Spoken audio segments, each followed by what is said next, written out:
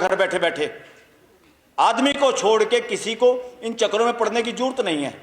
आदमी ही है जिसको समझ के करना होता, बाकी किसी को ना गॉड ढूंढने की जरूरत, ना मंदिर मस्जिद जाने की जरूरत है। ये हमारी व्यवस्था है और हमें भाईचारा बढ़ाने के लिए और देश के संविधान का एक ही मूल मंत्र है, आपका कानून, आपकी व्यवस्था, आपकी रिजर्वेशन पॉलिसी, आपका कुछ भी अगर उससे भाईचारा बंधुत्व अगर नहीं बढ़ता तो यही एक मूल मंत्र आम आदमी पहचान सकता है कि देश में डेमोक्रेसी है कि नहीं है, शासन चल रहा है। भाईचारा कम हो रहा है तो शासन चल रहा है। राजा बदमाशी कर सकता है किसी एक के साथ प्यार और दूसरे के साथ दुलार अपनी सत्ता बढ़ाने के लिए।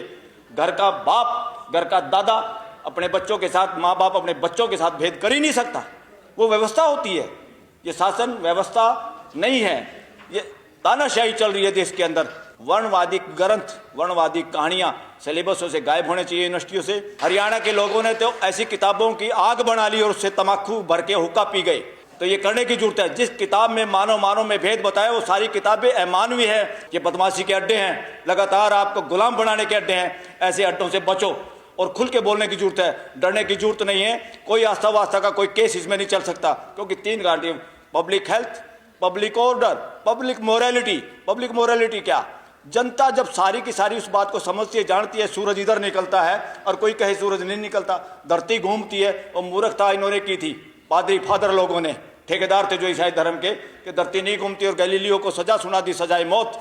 हमारे जैसे लोग थे कुछ साथी, कहा इन मूर्खों से कहाँ लड़ाई लड़ते हो, बचे रहे तो ज़्यादा काम कर पाओगे, नहीं तो सूली कितने लोग चढ़ गए यहाँ पर। तो उसने कहा भाई मेरी गलती होगी, तुम्हारी ग्रंथ ये जैसे भी बाइबल कहती है ऐसे हो रहा है, धरती नहीं घूम रही। क्या धरती घूमने से हटी? ना धरती घूमने से हटी, ना आज हटी।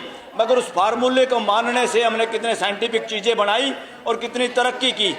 इसलिए साथियों, पब्लिक मोरालिटी ये है, जनता जिन चीज़ों को जानती है उसके खिलाफ अगर कोई सो कॉल्ड रिलीजियस ग्रंथ, ये रिलीजियस ग्रंथ नहीं है, धार्मिक ग्रंथ होते सच्चाई पे आधारित, ये सांप्रदायिक ग्रंथ हैं, झूठे हैं, कथा कहानियों से बचो। इस देश में आज़ादी के बाद एक संविधान बना, संविधान के हिसाब से देश में मानवीय व्यवस्था स्थापित होना जरूरी था। मानवीय व्यवस्था स्थापित होने के लिए संविधान है, न कि शासन स्थापित होने के लिए।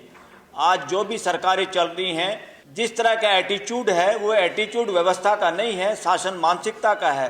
शासन मानसिकता राजशाही में होती है, तानाशाही में होती है, व्यक्तिवाद में होती है, डेमोक्रेसी में नहीं होती, और ना डेमोक्रेसी में चल सकती। मगर डेमोक्रेसी के नाम पे देश में शासन व्यवस्था है। शासन व्यवस्था वो होती है जहाँ चुपचाप फैसले लिए जाते हैं, लोगों की भागीदारी नहीं की जाती, पार्लियामेंट से सस्पेंड किए जाते हैं एमपी, और पार्लियामेंट में आपके चुने हुए प्रतिनिधि भी गूंगे बन जाते हैं, मदारी के बंदर बन जाते हैं, बोल नहीं सकते। उसका नाम शासन व्यवस्था होता है। इसलिए डेमोक्रेसी के नाम पे शासन व्यवस्था चल रही है। लगातार देश के लोगों को एक बात ध्यान में रखनी चाहिए, सरकार का कोई भी काम है, कोई भी पॉलिसी है, कोई भी कानून है, सुप्रीम कोर्ट का भी कोई फैसला है, वो सबको एक दृष्टि से आपको देखना चाहिए, क्या इसमें शासन की बू आ रही है या लोकतंत्र की व्यवस्था, हमारी भागीदारी की कोई इसमें आ रही है। और इसीलिए मैं कह रहा हूं, देश के अंदर राइट टू असेंबल, इकट्ठे होना सबका मौलिक अधिकार है, कोई दिक्कत नहीं है। मगर देश के किसान मजदूर, देश के लोग जो व्यवस्था स्थापित करने के पक्ष में बोलना चाहते हैं और शासन के खिलाफ बोलना चाहते हैं, उनके लिए लगातार धारा 44 और धारा 163 दिल्ली में भी लगाई गई, और किसानों को तो दिल्ली के आसपास आने नहीं दिया गया। मजदूरों की और दूसरे लोगों की हिम्मत नहीं है कोई जंतर मंतर पे लंबे समय तक पूरा दिन कोई अपनी बात रख सके। और उसमें क्या है, परमिशन की जरूरत है। कौन है परमिशन देने वाले बदमाश? जिनका नाम एग्जीक्यूटिव मजिस्ट्रेट है हमारे कानून में, वो अंग्रेजों ने